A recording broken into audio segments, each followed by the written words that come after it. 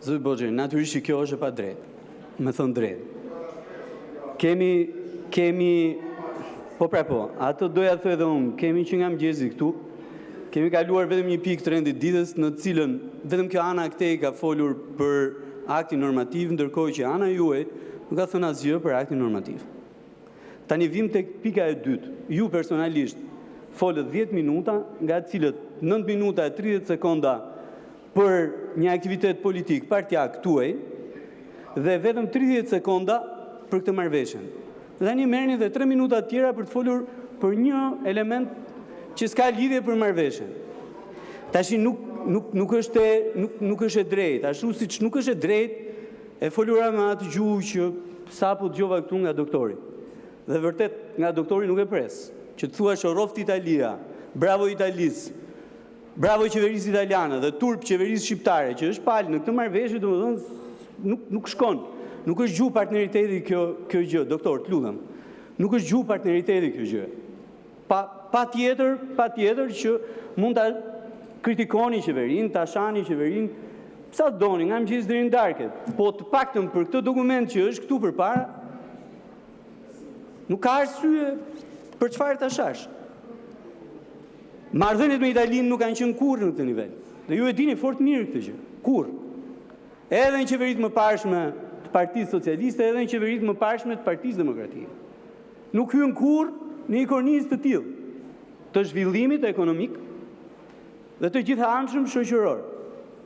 Se po të kishin qenë, po patjetër, do ishte e padobishme kjo marrëveshje që kemi sot përpara. Ai që vlen si një kornizë për të udhëhequr marrëdhëniet midis dy vendeve në një rrugë të qartë europiane, e ku Shqipërisë i ofrohet bujarisht dia, njohuria, teknologjia, për atë që ne kemi më shumë nevojë se kurrë, për të rritur produktivitetin edhe ekonomik, po produktivitetin edhe shoqëror të këtij vendi.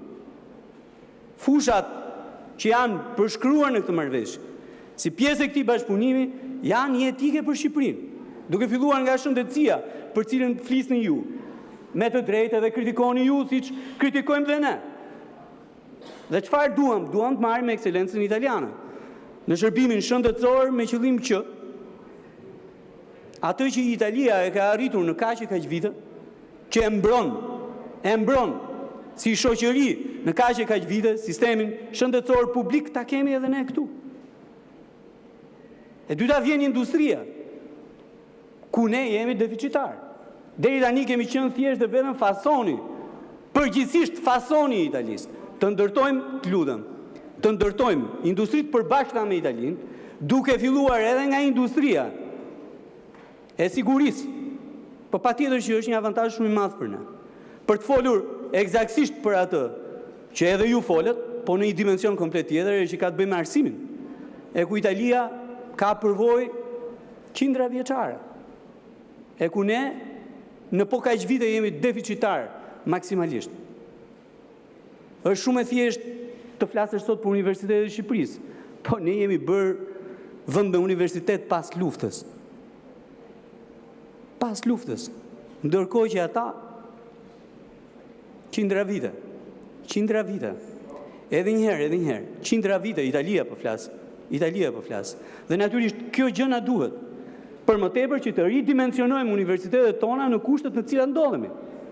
Mos harroni që kjo marrëveshje është nënshkruar eksaktësisht tani në një periudhë të ndërmjetme, ku ne edhe negociojmë, edhe realizojmë për të shkuar për të bërë antar të Bashkimit Evropian, ku këta janë prej vitesh tashmë.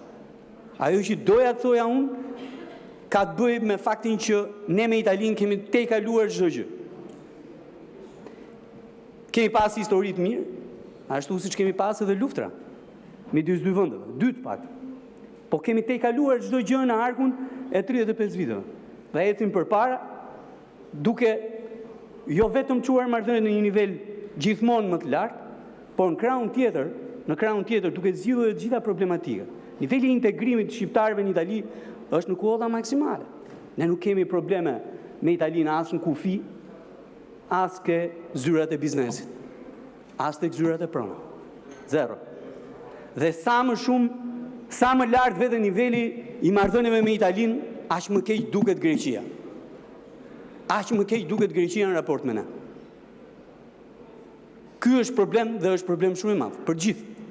Jo thjesht për qeveri, po për gjithë shoqërinë shqiptare. Grekët janë fëmijët tanë aty më tanë.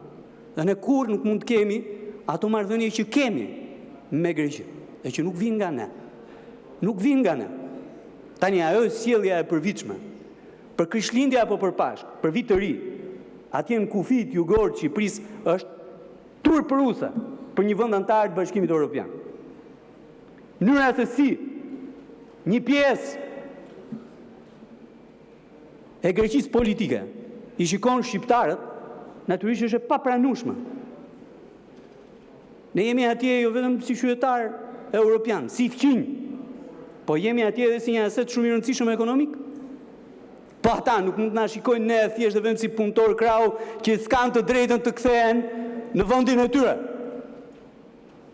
Shqiptarët janë ndër punëtorët më të mirë në Greqi, siç edhe në Itali e siç në gjithë botën. Po nuk mund të na shohin thjesht vetëm si krah pune. Që nuk kemi kur të drejtën që të vim e të festojmë festat tona fetare ose jo, vitin e ri, atë bëjmë pushime në vendin tonë. E atje në kufi vendosen barierat e 2 policëve që e kanë hobi tani krimin e rradhë nga 4, nga 5, nga 6 kilometra. Sa herë ka Pashkë, sa herë ka Krishtlindje, sa herë ka vitri, sa herë ka pushime verore në Shqipëri. E kemi këtë gjë me Italinë? Jo. Me Italinë kemi zgjidhur probleme që në 91-shin të kësaj natyre. Tani mbas 36 vjetësh të kemi po prapë të njëjtin problem. Ky është merr. Të njëjtin problem me sipërmarrjet. Sipërmarrjet shqiptare në Itali janë kthyer në një faktor shumë të rëndësishëm, kontribuitiv brenda ekonomisë të madhe italiane.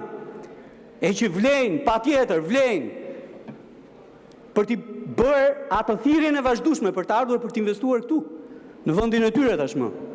Po niveli i integrimit të tyre atje, natyrisht që është në kushte optimale. Po shikojeni atje si trajtohen edhe punëtorët edhe emigrantët shqiptarë në Greqi. Shikoni pak. Një cop leje që duhet paguash, një cop leje që të detyron paguash sigurime shoqërore në avans për të marrë ato cop leje. Për të marrë ato cop leje. Edhe pse sa herë ka pasur nevojë për krah punë Greqia, shqiptarët kanë qenë atje, duke bërë punët më të vështira e duke dhënë shembullin më të mirë. Pra kjo marrëveshje që kemi përpara është një nga elementet më të mirë kyç që ne kemi bërë me shtetin fqinj. Është një kornizë e vlefshme, e dobishme, po që duhet vjetë në lëvizje. Dhe natyrisht nëse ka diçka që duhet i thuhet qeverisë, është eksaktësisht kjo. Që nga marrëveshja tek projektet konkrete që materializojnë atë, po është një rrugë e tërë e gjatë përpara ku burokracia ose paaftësia në këtë anë apo burokracia në atë anë nuk duhet bëj ta dështoj këtë marrëveshje. Po i referohem marrëveshjes për pensionet, që e kemi me vendet më të rëndësishme të Europës, duke filluar nga Gjermania e duke ardhur këtu ke Italia, po se kemi me Greqinë. 3800 shqiptarë kanë aplikuar. 500 dosje me të dhënat e para kanë shkuar atje, po ende s'ka përfituar asnjë qytetar shqiptar nga marrëveshja. Dhe normalisht burokracia e instituteve, jo këtij tonit, ky është i gatshëm, i dëshiruar për të çuar të dhënat me vitet e punës për çdo shqiptar që ka punuar në Itali apo që jeton sot në Itali e që duhet përfitoj pensione, po edhe të burokracisë italiane duhen te kaluar me qëllim që ajo marrëveshje të ketë efektivitet plot. Po e përsëris, është një marrëveshje që nuk e kemi me Greqinë. Greqia e ka dhënë kujdo. Neve jo. Ndërkohë që ne, në raport me këdo tjetër, jemi krau më i rëndësishëm i punës në Greqi. Sot që flasim. Italia po zgjidhet, Greqia duhet jetë në plan. Për t'i çuar marrëdhëniet me të dy vendet tanë fqinj, edhe në perëndim, po edhe në jug vendit tonë, sa në partjet e mundur nivele maksimale në shërbim qytetarëve të Republikës Shqipërisë. Faleminderit.